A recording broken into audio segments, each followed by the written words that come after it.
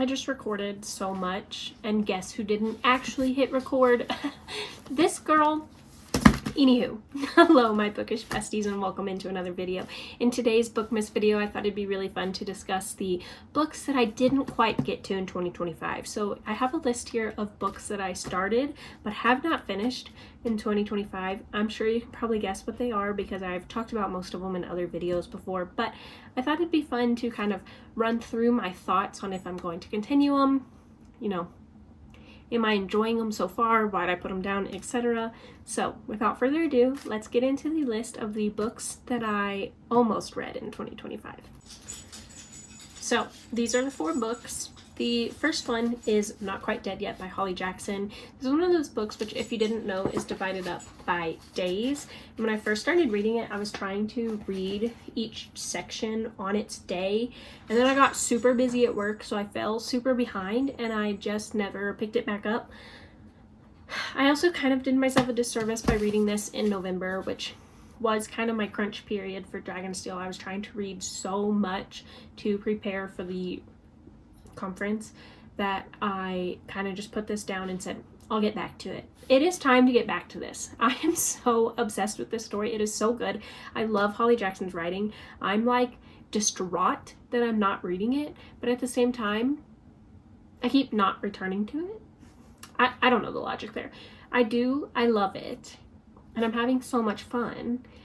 I just kind of, like, now that I'm out of it, I'm out of it. Does that even make sense? I don't know, but I'm definitely picking this up ASAP. I even bought it on Kindle so I could read it in Utah when I was traveling, but I kind of didn't read like hardly at all while I was in Utah, so I didn't do that. But with it being on my Kindle and obviously my physical copy, I do plan to finish this super soon. Like I said, I'm loving it. Holly Jackson is so good.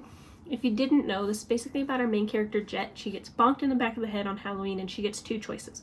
She can either have a surgery that may or may not kill her, it's pretty risky, or she can live, but her brain injury will definitely worsen, and she will definitely perish later.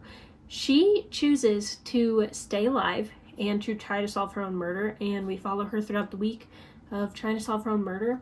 What I've read so far is just so, like, it's just so heartbreaking and juicy, and I'm so obsessed. I will definitely be reading this ASAP. I just don't know that it's going to be before 2026 starts, which is why it's in this video. The next book is Immortal Consequences. This is by Ivy Marie. Again, this is one of those books that I just read during the time when I was reading like 18 other freaking books. So I'm obsessed with this story. Like, I devoured these first 80 pages in like a literal like 2-minute period, it felt like.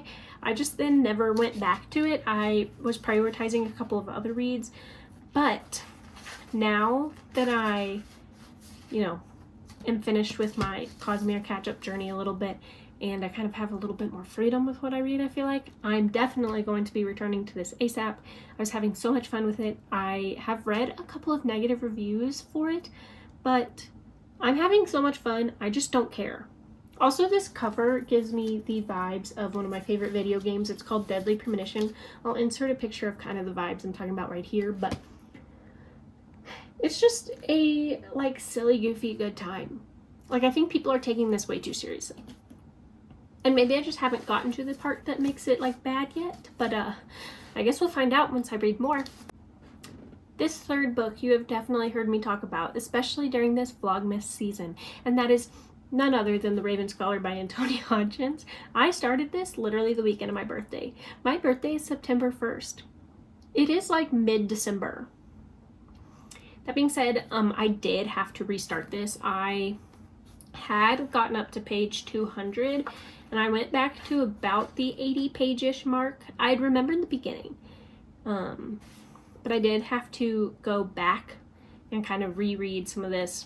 So I'm now up to page 140-ish again, and I'm really, really loving this story. I have no excuse to not be reading it other than it is like a massive book, and I just, like I said with the other books, I had Cosmere reads, I had other seasonal reads I prioritized over this, but this is definitely getting read sooner rather than later, especially now that I have the audiobook, the ebook, and the physical book. Like, I have literally no excuses.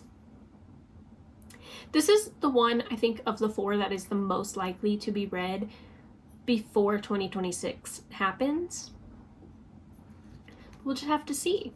And then last but not least, we have Mate by Ali Hazelwood. I read about half of this. Like, I think I'm over page 200. Let's see. Okay, I'm on page 204. I started this and I'm just not necessarily vibing with it. I don't know if it's right book, wrong time, if I just don't like it. Like, I don't know. It's not bad. I just don't care to reach for it. And I do technically have a Libby hold for the audiobook. So once I get that, I'll probably read more of it. It's just, I don't know that I want to physically read it without the audiobook. So I couldn't even tell you. I started this over Halloween season, similarly to like the literal rest of these on this list. Something happened where I just didn't want to read it. Like, I'm having a good time.